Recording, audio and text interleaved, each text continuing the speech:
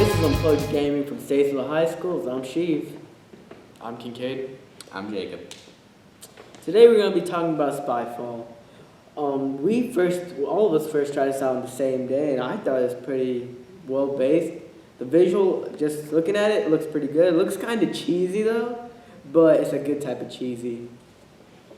The visual vibe in this, it gives me almost an anime feel. Just the way the characters are drawn, especially in some of the scenes, the characters, this is specifically the day spa scene. The women in this one look very stylized and animated, like in Japanese animation.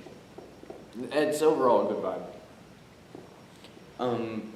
I think the cover art is very good because it gives off a cartoony or 3D animated vibe, sort of like I don't know what to compare it to, but Animated James Bond. yeah, I guess. Yeah, Animated right, James to Bond. the, right Animated here, James yes. Bond. A man, a girl, looks like James Bond's car, silencer on the pistol. Yeah, I like the artwork. It's very cartoony, but the good kind of cartoony. I like it. The components in this game are nothing but cards and a book, so there's not a whole lot to go on as far as components are concerned. I had a lot of trouble when we were trying to get, the point of the game is to have one spy who doesn't know what the location is, and to have him or her guess the location based on the questions the other people are asking when they're trying to find the spy. I had a real problem trying to get the cards out without letting anyone see what the card was, myself included, in case I got the spy card. So I feel like if they had some kind of way to maybe like open up the card or have some kind of concealment for the location, and then as you hand this object to the person, then they open it up and see the card, the location rather. I feel like that would have made it a bit more helpful because it's hard to hold up a stack of cards with a bright picture on the bottom of it, and some of them get mixed up where it's the picture on both sides, and try and have no one see it, yourself included. Alright, now we're going to go on to the know and go vibe, how easy this game was to learn, and how quick we could pick it up and go with it. It was a pretty quick learn for me. We basically just sat around a table, and we were the second group to play the game that day, so one stayed behind and explained what she had done. And we learned it pretty quick. It's a fairly simple game to learn, not a lot of rules or mechanics. You just ask questions. Yeah, I feel the game is too simple. I think there should be a unique, complicated part added to it other than just finding the spy. Because if it's that simple, it just gets boring really fast. You don't see it, and you don't seem as interested in it as another game. I'm gonna be honest. It's a carbon copy of Guess Who. That's the game. I couldn't think of the game. Yeah, it's a carbon copy of Guess Who, except everybody's against one person instead of it being two people. It's just a spy-themed Guess Who.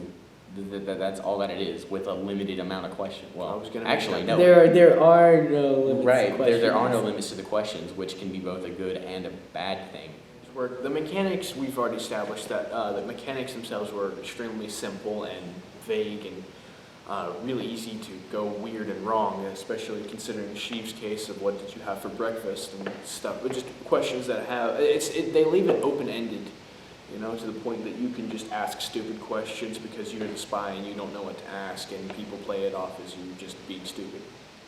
Yeah, I think the theme overall of this game isn't that well set up. I feel like the game should have more of a story, something that's better on it. It's just not. I just don't really like this. I honestly feel that this game will get boring really fast. Because even the first time I figured out so easily who the spy was. It was the person sitting beside me. They just didn't really ask more well questions. You could just figure out who the spy was easily. Okay. For me, the artwork is very good, and I will admit the artwork is amazing. It takes way too long for me to figure out who the spy is if they're even a half decent liar. It's very easy to figure out who the spy is because the questions are given way too much freedom than they should, and that it's just not set up very well.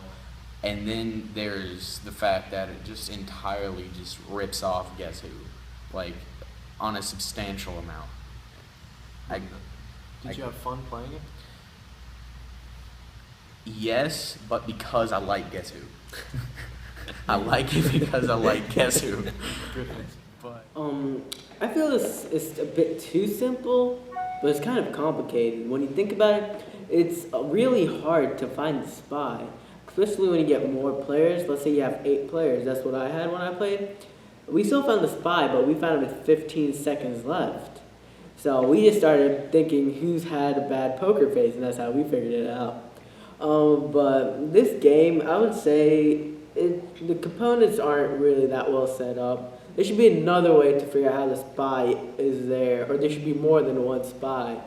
Because if you're all in the same place, you're going to eventually run out of questions to ask, and you're not going to help anybody except the spy.